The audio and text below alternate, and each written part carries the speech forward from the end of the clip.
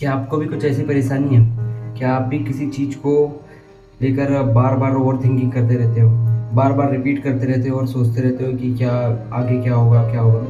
कल रात में मेरे पास में मेरे एक दोस्त का कॉल आया और थोड़ी देर बात करने के बाद में मुझे उसने बताया कि उसको ओवरथिंकिंग जैसी कुछ प्रॉब्लम हो रही है और वो एक ही चीज़ को रिपीटेड सोचते रहता है, बार-बार उसी पे सोचते रहता है। तो मैंने सोचा इस पे एक वीडियो भी बना लिया जाए और आप लोगों को बताया जाए। तो स्टार्ट करेंगे।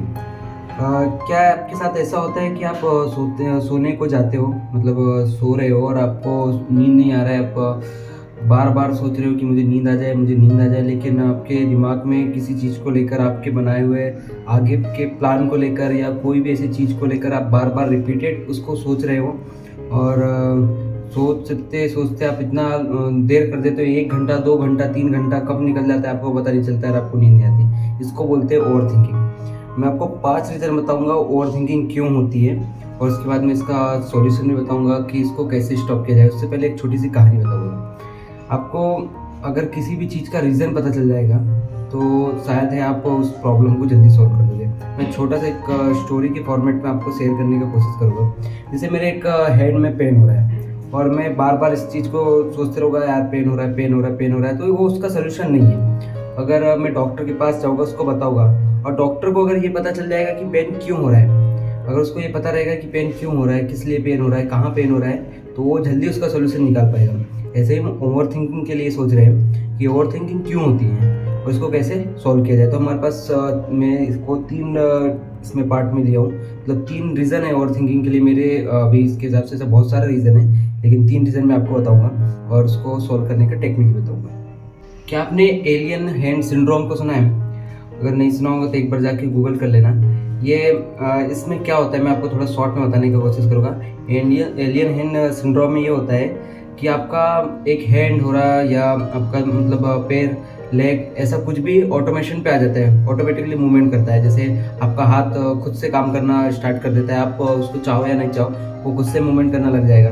मतलब चलते-चलते किसी को थप्पड़-वप्पड़ मारने लग जाएगा, ऐसा करने लग जाएगा, तो वो ऑटोमेशन पे आ जाता है। इसी तरह हमारा भी दिमाग अभी ऑटोमेशन मोड पे चले जाता है जब हम ओवरथिंकिंग करते हैं। वो कोई भी प्लान हम लोगों ने बनाया है जिसके बारे में हम लोग आगे वो प्लान एग्जीक्यूट करने का सोच रहे हैं, उसके बारे में वो नए-नए आइडियाज़ निकालने लग जाता है। वो सोचने लग जाता है, नए-नए आइडियाज़ सोचने लग जाता है। अभी उसको ये पता नहीं, हमारे ब्रेन को ये पता नहीं होता है कि हमारा आइडिया सही है या गलत है। तो वो उसके बारे में सोचते रहे, नए-नए बहुत सारे आइडियाज़ निकालते रहता है। अब उसको चूँकि ये पता नहीं है कि तुम्हारा जो आइडिया तुम निकाल रहे हो सही है या गलत है, तो वो क्लियर नहीं कर पाएगा और गलत आइडियाज़ तुमको और ज़्यादा गलत सोचने पे मजबूर करते हैं। ओवरथिंकिंग एक एडिक्शन जैसा है। मतलब आपको पता रहेगा कि आप ओवरथिंकिंग कर रहे हो।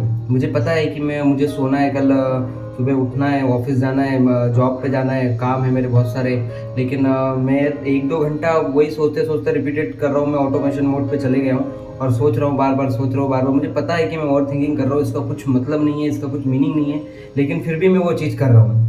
तो ये एक एडिक्शन जैसा होता है, जैसे सिगरेट का एडिक्शन। हमें पता है कि वो एडिक्शन गलत है, सिगरेट पीना गलत है, लेकिन हम लोग उसको उसके लिए एडिक्टेड हो गए। ऐसा ओवरथिंकिंग भी एक छोटा-सा एडिक्शन जैसा है। ये ऐसे ही वर्क करता है। और पहला रीज़न ऑफ ओवरथिंकिंग में फ्यूचर का टेंशन को लेके बोलना चाहूँगा। आपने एक गोल बनाया है और रात में 10 बजे 12 बजे आप उसके बारे में सोच रहे हो। सोचना कुछ बुरी बात नहीं है, लेकिन उसी चीज़ को रिपीटेड सोच रहे हो कि आगे क्या होगा, मेरा ये प्लान वर्क करेगा या नहीं करेगा, मेरे को बिज़नेस में प्रॉफ़िट होगा या नहीं होगा। वही सोचते-सोचते आप उसको रात के 1-2 घंटे निकाल दे रहे हो। उसके बजाय अगर आप ये सोचो कि कल मैं जो मुझे सुबह उठ के मैंने जो प्लान आगे बनाया है फ्यूचर के लिए, उसके लिए मुझे एक एक्शन लेना है। तो आप अगर इतना सा सोचोगे तो मुझे लगता है कि आपका ओवरथिंकिंग कम हो जाएगा। कल सुबह उठ के मुझे एक एक्शन लेना है, आप सुबह उठोगे, एक एक्शन लोगे, आपका ओवरथिंकिंग कम हो जाएगा। लेकिन आप ओनली सोचते रहोगे कि मुझे यार मैं क्या करूँगा, आगे मेरा बिज़नेस चलेगा या नहीं चलेगा, मेरा काम होगा या नहीं होगा, वो चीज़ करते रहोगे तो आपका ओवरथिंकिंग और बढ़ते रहेगा और इसमें कुछ प्रॉफ़िट नहीं है। और दूसरा रीज़न मैं बताना चाहूँगा, दूसरा रीज़न है मेरे पास में आउटर प्लेज़र और इनर प्लेज़र। इसको थोड़ा डिफ़िकल्ट है, थोड़ा ध्यान से समझना। आउटर प्लेज़र वो है जो तुमने आगे लाइफ़ के लिए एक गोल बनाया है, मतलब तुमको जैसे एक बिज़नेस स्टार्ट करना है और उसके लिए तुम जो काम कर रहे हो उसके लिए जो बाहर का मटेरियलिस्टिक जो भी चीज़ें है वो आउटर प्लेजर में आता है। और इनर प्लेजर मतलब अभी तुम फिलहाल में खुश हो, खुश रहने के लिए क्या कर रहे हो, अपने आप को शांति देने के लिए क्या कर रहे हो, जो अभी के फिलहाल जो अभी का मोमेंट है उसमें तुम अपने लिए क्या कर रहे हो, वो तुम्हारा इनर प्लेजर है। तो अगर तुम आउटर प्लेजर के बारे में ज़्यादा सोचते रहोगे, उसके बारे में तुम्हारा पूरा अटेंशन उधर पे जाके रुक जाएगा आउटर प्लेजर पे, और उसी के बारे में सोचते रहोगे, तो अभी का फिलहाल में जो तुम फिलहाल की जो कंडीशन में हो, जो तुम्हारे पास में मूवमेंट्स है जिसको तुम इंजॉय कर सकते हो, जिसको ये कर सकते हो, उसको तुम इंजॉय नहीं कर पाओगे और आगे की टेंशन में वो सब बिगड़ जाएगा। उससे अच्छा ये रहेगा कि अभी जो फिलहाल में है तुम उसको कैसा अच्छा बेटर कर सकते हो, कितना अच्छे से बना सकते हो, उसमें क्या क्या एफर्ट डाल करके तुम अपने गोल के और पास जा सकते हो। अगर वो करने का ट्राई करोगे तो तुम्हारा ओवर थिंकिंग और भी कम हो जाएगा। और तीसरा रीज़न है पास्ट के बारे में सोच करके ओवर थिंकिंग करना। तो जैसे मैं आपको इसके लिए एक छोटा सा एग्जांपल दूंगा। एक बच्चा है और दौड़ते दौड़ते वो गिर जाता है। उसके मम्मी पापा अगर उसको जाकर के अटेंशन देंगे, पहली बार अटेंशन दिया, उसको उठा करके फिर खड़ा किया, वो रोएगा। दूसरी बार भी ऐसे ही किया तो वो बार बार थोड़ा सा भी कुछ चोट लगा तो रोना स्टार्ट कर देगा। जबकि अगर इसके अलावा अगर ऐसा किया जाए तो उसका बच्चा गिरा है, थोड़ा रुको, आप उसको खुद से उठने का समय दो, वो खुद से उठेगा, देखेगा, उसको अटेंशन मत दो, आप कुछ मत करो, तो उसको पता है कि मुझे इसमें रोना नहीं है, मुझे एक्शन लेना है, मुझे खड़ा होना है, फिर से मुझे चलना है, फिर से मुझे दौड़ना है। ऐसे ही अगर आप पास्ट के बारे में सोचते रहोगे तो सोचते कुछ नहीं होगा, उसको आप सिर्फ अटेंशन दे रहे हो, पास्ट में आप पिछले जो किया उसको सिर्फ अटेंशन दे रहे हो। तो उसके अलावा आप ये कर सकते हो कि आपने क्या गलत किया है, वो उस पर आप क्या आगे जो करने वाले हो, आपका जो गोल है आगे, उसमें से मैं क्या करूँ कि मुझसे ये गलती फिर से ना हो, इसके बारे में अगर सोचोगे तो आपका ओवर थिंकिंग और भी कम हो जाएगा। मैं 3-4 उसके सोल्यूशन देना चाहूँगा आपको कि जैसे ट्राई न्यू थिंग। अगर आपको ओवर थिंकिंग से बचना है तो नया चीज़ ट्राई कीजिए।